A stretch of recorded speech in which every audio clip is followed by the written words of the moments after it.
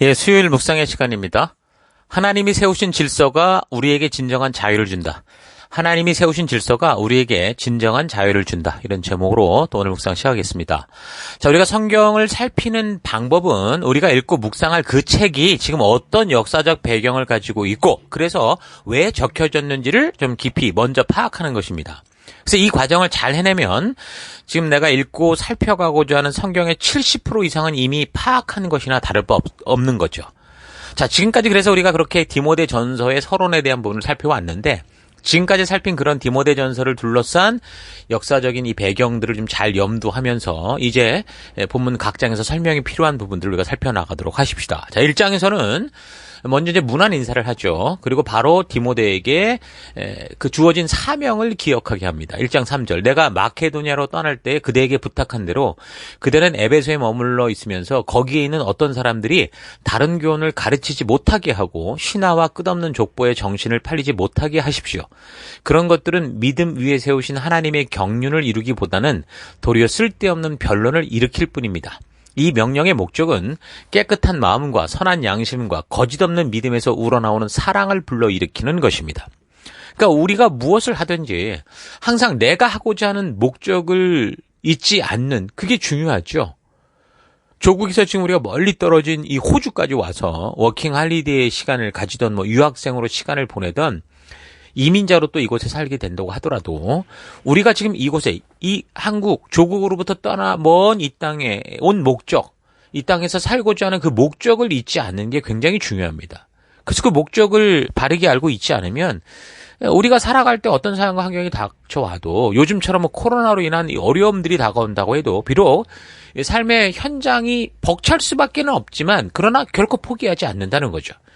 다가온 그래서 어떤 환경이라도 바르게 이겨내고자 오히려 더 적극적으로 힘을 쓰는 그런 삶이 될 수 있습니다. 그러니까 지금도 이미 많은 사람들이 여러 가지 이유로 이제 돌아가신 그러니까 귀국한 분들도 많이 있지만 그래도 지금 어려운 이 시기를 꿋꿋이 버티며 또 있는 분들이 있거든요. 왜 그렇습니까? 그들이 이곳에 있을 이유가 분명히 있으니까 그런 거죠.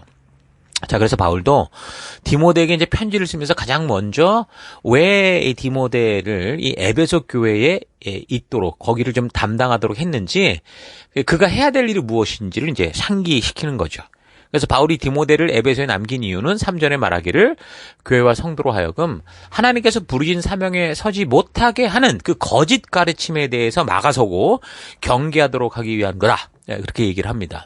거짓 가르침이란 교회 밖에서 벌어지는 게 아니죠. 뭔가를 가르치는데 거짓말로 가르친다고 하는 것은 가치 있는 공간, 그러니까 교회 안에서 벌어지는 일들을 말하고 있는 건데. 그러니까 그 당시 교회 안에서 율법, 그러니까 구약 성경을 가지고 하나님이 이 말씀을 주신 의도를 따라 가르치는 게 아니라 쓸데없는 과장 해석들을 하면서 하나님의 의도와 상관없는 어떤 종교적인 그 논리에 빠지게 해서 결국 성도들로 하여금 이 하나님의 말씀에 담긴 하나님의 진정한 의도, 뜻이 아니라 하나님의 부르심에 합당한 삶을 그래서 살아가게 하는 게 아니라 이 그냥 말씀을 그냥 문자적으로 또는 알레고리적으로만 해석을 해버려서 예수를 그리스도로 믿는 이 믿음으로 우리가 구원을 받는 이 길에서 떠나서 종교 율법적 행위를 열심히 해야 구원을 얻고 하나님의 자녀가 되는 것처럼 그렇게 혼란을 주는 것. 그게 이제 거짓 가르침이었죠.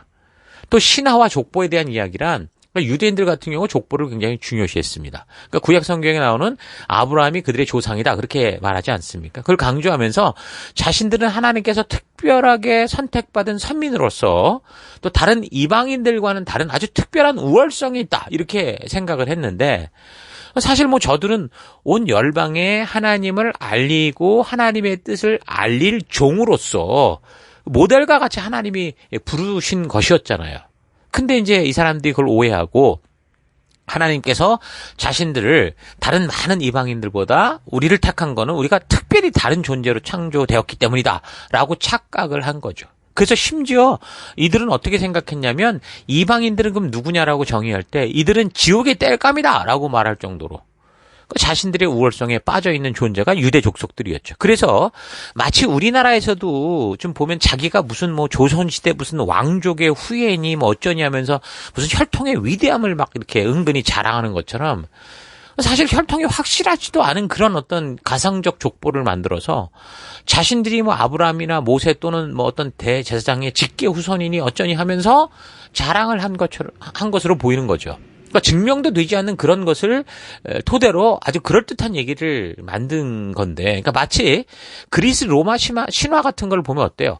사실과 가짜가 구분이 되지 않을 정도로 이야기를 아주 정교하게 짜놔가지고서 듣는 사람들로 하여금 그런 이야기가 진짜인 것처럼 믿게 하는 것과 같이 사람들을 현혹하고 그렇게 자랑했다라는 겁니다. 그러니까 요즘도 성경을 이해시키기 위해서 사실 많은 예화들을 사용하게 되는 경우가 있는데, 물론 적절한 예화는 성경을 바르게 이해하는 데 도움이 됩니다. 그러나 성경이 말씀하고자 했던 진정한 의도를 바르게 알지 못하게 하는 그 예화가 되면 아주 엉뚱한 해석을 하게 되죠. 그러니까 의도는 좋은 뜻으로 뭐 그렇게 예화를 들었는지 모르지만 그것이 성경이 이 본문이 말씀하고자 하는 그 온전한 뜻을 넘어버리면 이거 완전 해악이 되는 겁니다. 그러니까 예전에 목사님들이 삼위일체에 대한 이 신비를 가르쳐 줄 때 이게 쉽지가 않거든요. 그러니까 삼위일체라는 게 어떻게 비유를 하냐면 마치 물과 같다. 그래서 그냥 있을 땐 액체 아니냐. 그 끓이면 어떻게 되냐? 기체가 되지. 얼리면 고체가 되지. 이런 것처럼 본질은 같으나 이렇게 역할이 다른 거다라고 교육을 했었거든요. 저도 어렸을 때 그런 교육을 들었던 것 같아요. 그래서 그렇게 이해를 하고 있었어요. 그런데 이제 신학을 하고 그러다 보니까 이거는 성도들에게 신비한 삼위일체의 교리를 바르게 이해시키기 위해서 참 노력했던 어떤 그런 의도가 있었는지는 모르지만 사실 성경에서 말씀하고 있는 삼위일체의 진정한 의미를 완전히 오해하게 하는, 그러니까 하나님을 완전히 착각하게 하는 그런 예였거든요. 그러니까 마치 하나님을 이런 식으로 들으면 단일신으로 깨닫게 됩니다. 이런 거를 신학적 용어로 양태론이라고 하는데 이게 이단이라고 이거는 이 판가름이 나거든요. 성경과 맞지 않는다고 분명하게 정의되는 거거든요. 그래서 이런 양태론이나 뭐 양자론과 같은 잘못된 삼위일체의 교리가 이런 초대교회 이후에 역사가 흘러가면서 교회 시대에 확실하게 이제 결국 교리화가 됐고 확정이 돼서 이제 그게 이제 구분이 될 수 있는데, 근데 뭐 제가 어릴 때도 그랬다고 그랬잖아요. 지금 얘기한 것처럼. 그런 식의 혼란을 주는 그런, 이런 이야기들이 자꾸 사용됐었다 그 말입니다. 근데 사실 뭐 초대교회 시절 그런 교회에 대한 바른 정의, 그러니까 교회가 무엇이냐에 대한 바른 정의, 그리고 그리스도가 누구냐에 대한 확고한 교리들을 바울이 가르쳤잖아요. 그러니까 그 가르침, 그 성경을 근거로 결국은 삼위일체 하나님에 대해서 알게 되는 거고 교회가 어떤 것인가라는 것도 분명히 우리가 알게 된 거거든요. 그래서 이미 그 시대 목회자 제자들로 하여금 바울이 교회론과 기독론에 대해서 이제 바른 진리에 설 수 있도록 사람을 가르치고 이제 그렇게 그 시대 사람을 가르치고 그렇게 그 일들을 감당하도록 디모데에게 이제 그런 사명을 줬다, 이제 그 말인 거죠. 그러니까 성경을 통해 하나님이 말씀하여 계시하시는 그 의도를 잘 모르면 성경을 해석해 나갈 때 정말 그것을 풀어내는 사람 마음대로, 그러니까 그 사람 생각대로, 그 사람들의 상상대로 설명을 하게 되잖아요. 근데 만약에 그런 사람들이 말을 너무 잘하는 그런 사람, 그 사람의 막 귀를 싹 뽐쏙 빼는 그런 사람들이라고 하면 뭐 그런 식으로 말을 잘해서 사람들로부터 존경을 받을 정도인데, 그런데 그들이 전하는 것이 온전치 않은 하나님의 의도가 빗나간 거다라고 하면 그 영향력들은 참으로 하나님의 교회를 어떻게 만들겠습니까? 하나님의 뜻대로 서는 게 아니라 그 사람의 생각대로 만들어서 하나님이 뜻하는 진정한 교회가 아니라 장기적으로 보면 결국은 바른 믿음을 파괴하고 하나님의 뜻을 외면하게 하고 결국 하나님의 교회를 인간들이 원하는 종교로 만드는, 그런 변질된 종교로 만드는 그런 일들이 벌어지게 될 수 있는 거죠. 자, 그래서 이제 교회들을 순방하면서 하나님이 뜻하시는 교회, 하나님의 목적이 이끄는 교회를 바르게 세우던 바울이 이제 그 지역 사회를 주도하고 있는 이런 이 그릇된 거짓 가르침들을 발견하고, 또 이런 유대인들의 자랑과 변론이 교회 안에서 새 언약 백성된 교회와 성도가 하나님이 주신 이 부르신 이 증인된 사명 앞에 집중하지 못하게 하는 걸 알게 되면서, 그래서 이것들이 오히려 쓸데없는 변론, 신학적 논쟁만 일으켜서 성도들 간에 많은 혼란과 분열을 주고 어떤 사명에서 빗나가게 하는 그런 분명한 원인이 되었었기 때문에 바울이 이제 이 편지를 통해서 이런 형식적이고 생명력이 없는 행위들을 어리석고 허탄한 것이다, 거짓 가르침이다, 이렇게 규정을 해서, 그래서 이제 에베소에서 이제 교회를 목회하게 되는 디모데에게 그런 부분을 확실하게 가르치고, 그래서 쓸데없는 논쟁에 빠지지 않고 주신 사명, 증인된 사명에 집중할 수 있도록 그렇게 이제 경계를 하는 겁니다. 그러니까 율법의 의도와는 하나님의 진심을 알지 못하고 이것을 종교적 구원의 방법으로 만들어서 율법적 지식 논리만을 떠버리게 되고, 그래서 율법을 주신 의도를 오해하니까 율법의 완성으로 오신 예수 그리스도를 오해하고, 그러니까 예수 그리스도를 믿음으로 말미암아 구원된 하나님의 자녀가 되었다라고 말함에도 불구하고 예수님이 완성하셨기 때문에 더 이상 이제 영향을 줄 수 없는 그런 완성된 율법을, 그럼 이제 하나님의 의도를 알고 이제 하나님의 백성답게 살 수 있도록 그 의미를 활용해야 되는데, 그게 아니라 여전히 이미 다 그냥 완성시킨, 예수님의 피로 완성시킨 이런 전통적, 이런 이 율법적 이 어떤 족쇄들을 계속 만들어서 유지해서 종교적으로 너무 무거운 이 짐을 이 평생 지고 가게 하는 그런 일들을 한 거죠. 그래서 바울 자신도 그랬잖아요. 그런 이 헛된 믿음에 붙잡혀가지고 아주 그냥 고집스럽게 이 율법주의를 추구하면서 막 정말 죄인 중에 괴수처럼 살아왔잖아요. 자기가 그걸 고백해요. 자기가 그렇게 부끄럽게 살아왔던 과거의 일들을 고백하면서까지 그 유대 율법주의자들의 그런 허탄한 말들에 제발 휩쓸리지 마라.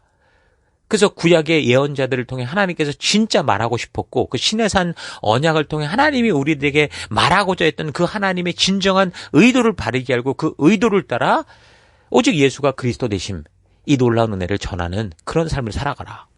그렇게 얘기를 하는 거죠. 그래서 디모데에게 율법이 아닌 오직 예수의 이름과 그 은혜로 말미암는 구원을 전하는 길에서 흔들리지 말고 담대한 싸움을 싸워라.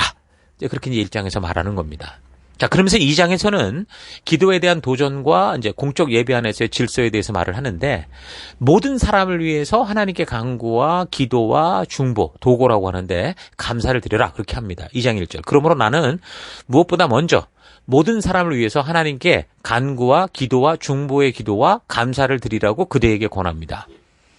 여기서 뭐 supplications 나 또 prayers나 또 intercessions나 thanksgiving이라고 이제 영어 성경이 말하는데, 근데 각 단어가 주는 의미로 볼 때 조금씩 이제 같은 기도인데 조금씩 다른 뜻을 우리가 알 수는 있지만, 일단 기도라는 게 예수님이 가르쳐 주신 그 기도를 통해서 알 수 있는 건 뭡니까? 하나님으로부터 자신이 원하는 어떤 것을 얻어내는 수단이 아니라, 내가 뭐 기도를 해서 무슨 이 세상을 조종하고 사람의 마음을 바꾸고 이런 게 아니라 하나님으로부터 자신이 그러니까 하나님과 깊고 친밀하게 교제하는 통로라는 이 사실을 우리가 먼저 잘 기억을 해야 됩니다. 하나님과의 친밀한 교제라는 게 뭡니까? 그죠? 종교적으로 기도의 방법과 시간을 많이 만들어내서 어떤 무슨 신령한 능력을 가지고 내가 뭐 바라는 대로 어떤 걸 막 만들어내는 그런 힘이 아니라, 하나님께서 우리를 이 땅에 창조하신 하나님의 뜻대로 그 각자 보냄을 받은 삶의 현장에서 살아내는 이 순종을 통해 하나님의 뜻대로 살아가며 동행하는 그런 삶이 바로 하나님과의 친밀한 교제라는 겁니다. 그러니까 기도란 하나님의 말씀, 하나님의 뜻대로 살겠노라고 하는 결단이라 그 말인 거죠. 그래서 바울이 모든 사람을 위해서 중보하게 하는 건 뭡니까? 우리가 예수님과 세상 사이에서 복음의 다리가 된다. 그러니까 우리가 그런 말씀과 뜻대로 살아가는, 너희가 그리스도의 편지가 되고 너희가 그리스도의 향기가 되어야 된다라는 이 사명을 잊지 않도록, 그래서 우리가 존재하는 이 증인이요 빛과 소금된 사명을 잊지 않고 살아가게 하기 위해 우리로 기도하게 하는 그런 목적을 우리가 기억해야 됩니다. 성경에서 말씀하는 기도란 뭔가를 요술, 마술처럼 내가 원하는 대로 모든 것을 바꾸는 그런 능력이라는 의미가 아니라, 하나님의 백성으로서 그의 자녀답게 이 땅을 살아가며 우리 주님이 주신 가치를 따라 그 말씀대로 살아가기 위해서 하나님과 늘 소통하는 대화, 이 하나님 앞에 우리가 순종하며 나아가는 무릎이다라는 거 잊지 마십시오. 자, 그리고 계속해서 2절, 왕들과 높은 지위에 있는 모든 사람을 위해서도 기도하십시오. 그래야 우리가 아주 경건하고 품위 있는 삶과 조용하고 평화로운 삶을 살아갈 수 있을 겁니다. 그러니까 성도로서 왕과 같은 권력을 주도하는 사람들에서 기도하라고 하는데, 그 목적이 뭐라고 합니까? 성도인 우리가 그래야 평화로운 삶을 살아갈 수 있기 때문이다 라고 얘기를 합니다. 그러니까 이 말은 조금 전 나눈 이 기도의 의미를 통해 생각해 볼 때, 단지 우리가 중보 기도만 하면 저절로 좋은 그런 세상이 온다, 우리가 기도하는 만큼 왕이 이 권력을 가진 자들이 하나님의 그런 백성이 될 거다, 그런 말이 아니라, 기도는 그저 기도라는 어떤 종교적 행위에 그치는 게 아니라 하나님께서 말씀하신 말씀의 가치와 의도를 따라 살아가겠다는 결단이라고 그랬잖아요. 그 결단과도 같은 것이니까 결국 왕들과 권력을 쥔 자들을 위해서 기도해라라는 것은 너희가 성도로서 각자 살아가는 사회와 국가 안에서 우리가 믿는 이 성경의 가치를 따라 살아갈 수 있는 그런 사회 분위기를 만들어가라는 거죠. 그러니까 자신의 믿음과 이 표현의 자유가 보장될 수 있는 그런 성경의 가치가 심어진 그런 사회, 그런 국가를 만들라. 그런 국가적 법률을 만들고 그래서 그것을 지키는 삶을 살아가야 된다라고 말하는 거죠. 그러니까 권력을 쥔 자들이 바르게 하나님을 경외하고 그래서 하나님이 말씀해 주신 그 말씀의 가치관을 따라 살아가게 하는 그것이 바로 한 사회와 국가 속에 속해 살아가는 각 성도들의 사명인 겁니다. 요즘 세계는 민주주의로 대표되는 미국과 또 공산주의로 대표되는 중국의 세력 다툼 가운데 있죠. 물론 과거에는 이제 미국과 소련이라고 그랬다면 지금 미국과 중국 같은 그런 모습. 또는 미얀마 같은 데서는 지금 군부 독재를 아주 신음하는 북한 같은 데서 그런 것들 우리가 보죠. 그러니까 좀 우리는 우리나라 역사 속에서 이런 공산주의로 인한 전쟁의 피해와 또 군부 독재의 심각한 피해를 경험했습니다. 그래서 우리는 민주주의와 건강한 국가 헌법이 잘 지켜지는 이 사회가 이 온전한 믿음의 삶을 성도들이 살아가는 데서 얼마나 중요한지를 잘 알고 있을 겁니다. 지금도 중국과 같은 이 공산국가나 이슬람 국가 같은 곳에서는 온전한 신앙의 자유가 없고 공산정권이나 그런 종교 집단으로부터 핍박과 공격을 받으면서 사실상 언제 죽을지 모르는 그런 위협 속에 살고 있거든요. 그러니까 이 세상의 어느 정치 구조 하나가 하나님이 주신 이 방법이다라고 그렇게 말할 수는 없지만 하나님께서 택한 백성 이스라엘을 출애굽시켜서 하나님 나라라고 할 수 있는 약속의 땅 가나안을 보내시면서 저들을 통치하던 방법을 보면 하나님의 통치 방법으로 알 수 있는데 그건 분명히 법치국가라는 건 확실하게 알 수 있습니다.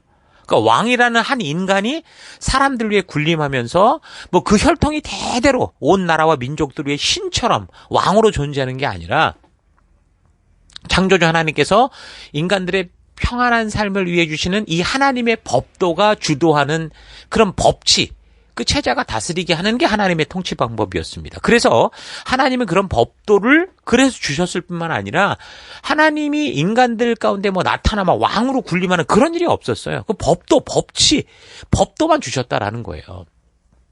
그렇게 볼 때 이 세상 속의 어떤 정치 구조보다 역사를 통해 보면 이 자유민주주의를 바탕으로 한 법치국가의 형태가 가장 성경적인 정치 구조다라고 볼 수 있죠. 오늘날 말하는 법치국가의 사전적 정의를 보면 국민의 의사에 따라 만든 법률에 의해 다스려지는 나라다 그렇게 정의를 하는데 여기 성경에서 보여주는 법치국가는 그 맥락은 같은데 국민의 의사에 따라 만든 법률이 아니라 국민이 주인이 되는 국가가 아니라 하나님의 말씀의 가치, 그러니까 하나님의 말씀이 주도하는 국가가 바로 가장 성경적 법치국가가 되는 거죠. 바로 이런 성경적 가치를 따라가는 국가들을 보면 세계에서 가장 인간이 인간답게 살아가는 나라가 된 것을 볼 수 있습니다. 지금 우리가 소위 선진국이라고 말하는 유럽이나 미국 같은 사회가 사실은 그들의 법 안에 이런 성경적 가치가 심어져서 만들어진 것이었거든요. 그래서 성도들은 각자가 살아가는 이 나라가 적어도 하나님의 법도 안에 있는 이 가치를 이 각자 살아가는 이 나라 사회 헌법 속에 들어갈 수 있도록 해서 결국은 창조주 하나님께서 주도하시는 성경적 법치국가가 될 수 있도록 힘을 쓰는 그런 삶을 살아가야 됩니다. 그래서 이 구절에서 말하는 왕들과 높은 지위에 있는 사람들을 위해 중보를 해라라는 의미는 단지 기도하고 소원하는 간절한 마음을 가지고 살아라 이걸 넘어서 바울이 말하는 것은 우리가 믿음의 백성답게 온전하게 살아갈 수 있는 나라를 만들어라. 하나님의 법도의 정신이 주도하는 헌법을 가진 그 국가를 세우고 그 하나님의 정신, 하나님의 뜻, 하나님의 이 법도의 정신이 주도하는 그런 나라를 만들어가는 사명이 있다. 그것이 성도의 사명이다라고 말하는 것. 우리가 잘 기억해야 됩니다. 그러니까 하나님의 뜻이 통하는 국가와 사회가 된다는 것은 사실 인류 역사 처음부터 볼 때 쉬운 일이 아니었습니다. 그래서 그 결과 아담으로부터 시작된 첫 인류는 다 홍수 심판으로 사라져 버렸고 그 이후에 이제 노아로부터 시작된 두 번째 인류는 또다시 그 바벨탑을 쌓으면서 결국 심판대 앞에 서게 됐죠. 근데 하나님께서는 그것을 또다시 심판한 게 아니라 이 바벨탑을 중심으로 불순종하는 이 백성들의 언어를 나누셨죠. 그래서 그때로부터 언어별로 뭉쳐진 각 민족들이 형성되고, 그래서 이 세계 속 곳곳에 여러 열방 나라로 존재하면서, 그래서 하나님의 마음, 하나님의 뜻 안으로 들어올 수 있는 그런 기회를 일단 주십니다.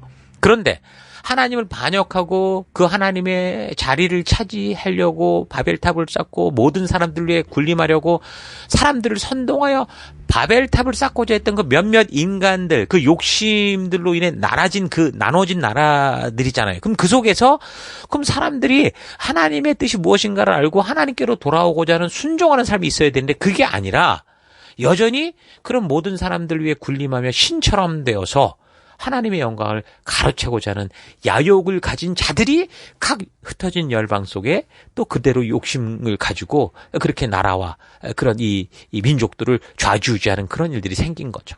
그래서 세상의 역사를 보면 나라의 우리 집단의 안정과 질서를 운운하면서 어떤 실력을 가지고 권력을 잡은 그런 사람들이 결국은 어떻게 됩니까? 자기가 신이 되죠. 하나님의 영광을 가로챈 사탄과 같이 돼서 모든 사람들 위해 신처럼 군림하며 자기의 혈통으로 나오는 모든 이런 혈통을 왕으로 이제 세워놓고 하나님이 주신 질서를 무시하고 자기 욕심대로 살아갔잖아요. 그래서 이 여러 나라의 역사의 기록을 보면 너무도 수많은 사람들이 그런 이 욕심과 야욕에 빠진 사람들, 그런 왕이라 불리는 황제라 불리는 그런 사람들, 그런 정치 그런 체제에 이용이 돼서 결국 저들의 노예가 되거나, 이건 이미 그 왕을 달라고 할 때 하나님이 경고하셨던 거였거든요. 그대로 되잖아요. 저들의 노예가 되거나 전쟁에 끌려나가서 이 사람들, 이 욕심을 가진 이 사람들의 야욕을 채워주려고 전쟁에서 죽고 이래 죽고 저래 죽고 없듯 고통당하는 그 역사가 사실 우리가 갖고 있는 우리의 역사입니다. 우리 시대의 역사. 그래서 하나님은 이 출애굽 기회를 통해서 다시 한번 이 땅에 하나님의 법도가 통치하는 그런 나라를 바르게 세워서, 그래서 이제 아브라함으로부터 시작된 그 믿음의 공동체, 어떻게 보면 하나님 나라를 이 가나안 땅에 세웠잖아요. 그래서 그 언약을 이스라엘 백성들에게 맡기신 거죠. 근데 이 온 열방으로 하여금 하나님의 뜻대로 살 수 있도록 인도하는 이 열방의 제사장을 감당한 이 나라가 어떻게 했습니까?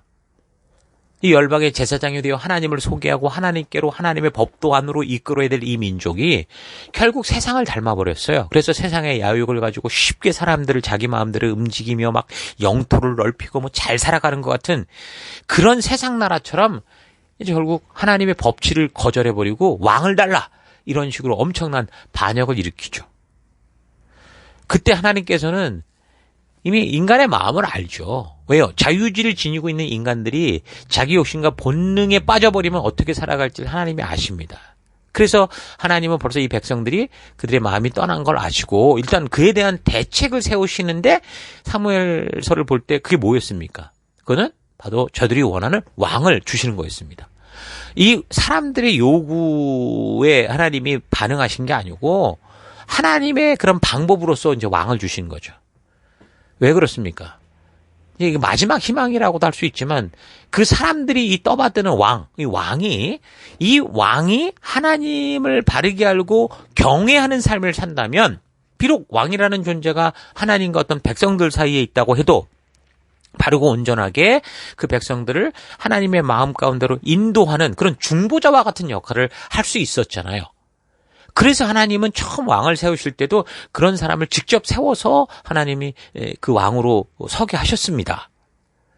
그러니까 이 땅에서 이 권세를 잡은 한 사람의 변화, 한 사람의 정신, 한 사람의 생각은 이 한 나라 전체가 나아갈 방향과 방법을 결정하죠. 그래서 다윗처럼 하나님을 경외하고 두려워하는 왕이 설 때는 그 나라가 공의와 정의가 살아나게 돼서 당연히 평안한 땅이 되고 하나님의 나라를 경험하며 살아가는 것이 되는데, 그러나 사울과 같이 하나님을 우습게 여기는 그 왕이 설 때 그 나라는 불법과 거짓이 판을 치고 아부를 통한 편법이 난무하는 것이 되죠. 그래서 하나님의 뜻이 무시되는 그런 곳에는 결국 하나님이 주신 이 생명과 이 그 축복의 이 율법의 정신이 붕괴돼서 결국 사람의 형상을 하고 살아있지만 마치 약육강식의 동물의 왕국같이 그렇게 되고 마는 겁니다. 그게 역사 속에 수도 없이 우리가 찾아낼 수 있는 그런 나라들의 모습이고, 오늘날 북한과 같은 모습, 공산국가나 독재국가 같은 이런 모습을 보십시오. 똑같죠. 그래서 우리는 우리가 사는 이 세계가 하나님의 말씀을 기준 삼아 사는 성경적 법치 국가가 되도록 우리가 기도해야 될 것이고, 더 나아가서 그런 신앙의 자유와 표현의 자유가 보장되는 민주주의, 그러니까 법치 국가의 제도를 굳건하게 세워가야 되는 게 우리의 사명이다라는 거 잊지 마십시다. 그래서 성도들은 우리가 살아가는 국가와 사회 속에서 우리가 먼저 하나님의 말씀의 가치를 따라 바르게 살아가서 온 나라 열방과 민족이 참으로 따라오고 배울 수 있는 거룩한 하나님 나라의 법치, 하나님의 뜻, 하나님의 말씀을 전하는 그런 사명이 있다라는 거 잊지 마십시다. 자, 오늘 하루 나는 우리가 살아가는 이 시대처럼 뭐 남자든 여자든 계급이 높은 사람이든 낮은 사람이든 법적으로 인권이 존중되고 또 자유로운 표현이 가능하고 자기가 원하는 대로 행할 수 있는 이런 시대를 살아가면서 이런 오늘날 삶의 형태가 바로 성경을 통해 하나님이 주신 그 성경적 가치가 각 국가의 역사 흐름을 통해 저들의 헌법 속에 담겨짐으로 가능했다라는 이 사실을 바르게 알고 교회 안에서나 또는 각자가 살아가는 사회나 국가 안에서 바른 성경의 가치를 실천하고 또 하나님의 말씀대로 순종하고자 하는 그런 삶을 살아왔는지 좀 되돌아왔으면 좋겠습니다. 물론 모든 사람들이 법적으로 바른 인권을 보장받는 사회가 된 것은 그리 오래되지 않았고, 또한 여전히 지금도 계급에 눌리고 성별에 눌리고 재물에 유무에 눌리고 심지어 그래서 태생에서부터 금수저니 어쩌니 하는 그런 분위기가 있는 건 사실이지만, 근데 분명한 것은 그럼에도 불구하고 어쨌든 법적으로는 분명히 인권이 보장되고 내가 내 생각과 원하는 바대로 살 수 있는 그런 법치 국가 속에 살고 있다라는 건 부인할 수 없는 거죠. 그래서 이런 자기를 주장하는 삶의 태도가 사회에서는 지금도 뭐 어떤 계급과 뭐 재물이 있고 없고 유무로 인해서 암묵적으로 눌릴 수밖에 없는 경우도 많지만, 근데 이제 교회는 어떤데요? 그 어떤 사람이라도 그에 대한 존중과 사랑이라는 성경의 원리가 존재하고 있기 때문에 이게 사람들이 교회 왔을 때 사회적으로 살던 자신의 습관과 태도를 바르게 조절하려고 하지 않으면 자신도 모르게 그 사회에서 법적으로는 정말 완벽한데 그렇지 않은 현실 속에서 억눌리던 것까지 막 교회 안에 다 쏟아내게 돼서 자칫 교회라는 공간을 종로에서 뺨 맞고 한강에서 화풀이하는 식의 공간으로 만들 수도 있다라는 걸 잘 기억해야 됩니다.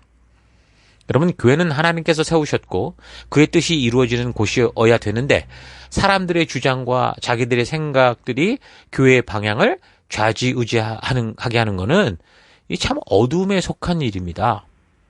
그래서 하나님이 세우신 교회 안의 질서를 존중하고 그것을 기준으로 살아갈 때 우리가 모두가 참된 자유를 누릴 수 있다라는 거, 그래서 잊지 말아야 됩니다. 그래서 바울이 그래서 디모데에게 이런 얘기를 하는 이유는 교회가 사람들의 생각대로가 아니라 이렇게 하나님의 뜻대로 가게 하기 위함이었다라는 거 잊지 마시고, 우리가 지금 교회 안에 함께 거하며 나의 생각과 고집으로 인해 하나님의 뜻이 막히고 방해되는 그런 일이 없도록 오히려 우리의 모든 것이 합력하여 하나님의 뜻이 이 땅에서 이루어지도록 하는 그런 삶을 살아가는 여러분과 제가 될 수 있기를 축원합니다. 오늘 하루도 힘내십시오. 잠시 기도하겠습니다. 하나님께서 교회를 기획하셨고 세우셨습니다. 그래서 교회는 하나님의 목적이 이끄는 교회가 되어야 되는데 교회에 대해서 오해하고 내가 원하는 것들을 찾기만 했던 삶을 회개합니다. 주님의 뜻이 주님의 교회에서 이루어지고 주님의 사람인 내 안에서도 이루어지기를 원합니다. 더 나아가 이 땅 열방 안에서도 이루어지기를 기도합니다.